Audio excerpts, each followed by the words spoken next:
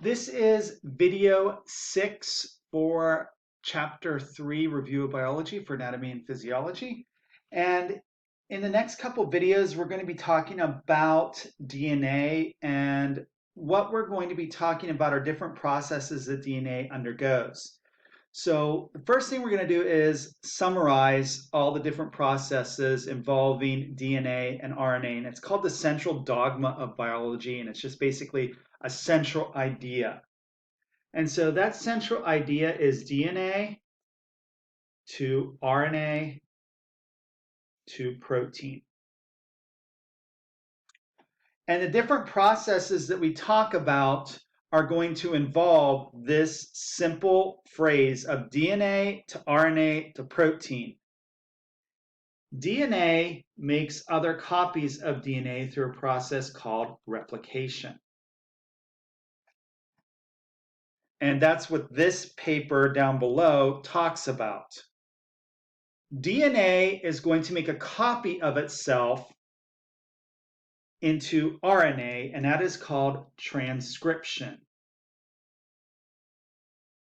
So basically, it's like having another copy of it, but in a different format. So we're transcribing it from one format to another.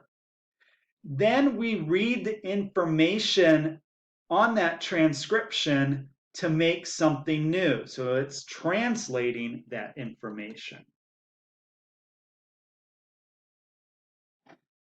So if we look at how this relates, let's say that I am speaking right now in English, but I'm speaking and then I want to write it down. It's the same message, just a different format. That's like transcribing something.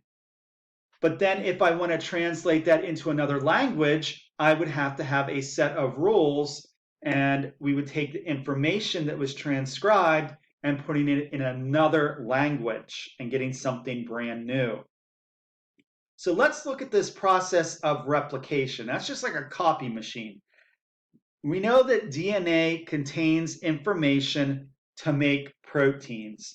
That information is in the form of these sequences of bases. So this is replication. And we know about the bases: adenine, thymine, cytosine, and guanine. And we know that A binds to T and C binds to G.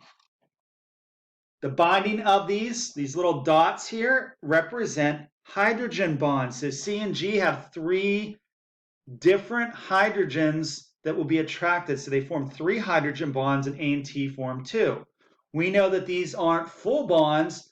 They are partial strength bonds, so they can easily be broken apart. So we can unzip this double helix. Replication is just a term for copying. So this is actually a rather complicated procedure, and we're not going to go in depth on how it does this, but know that there's an enzyme that actually will go up the double helix and it will open these bonds up. So it'll break the hydrogen bonds. It's called DNA helicase. You don't need to know that. But once it's opened up, these bases are now exposed. And since this base right here, this A, only binds to T, we have free-floating nucleotides that will come in, and the only thing that will bond to that is a T. So it will start building up new strands based on this open one. So down here, we end up with two new strands. And this is called a semi-conservative model. Now, doesn't deal with politics. It just means semi means half, conserve means keep things the same.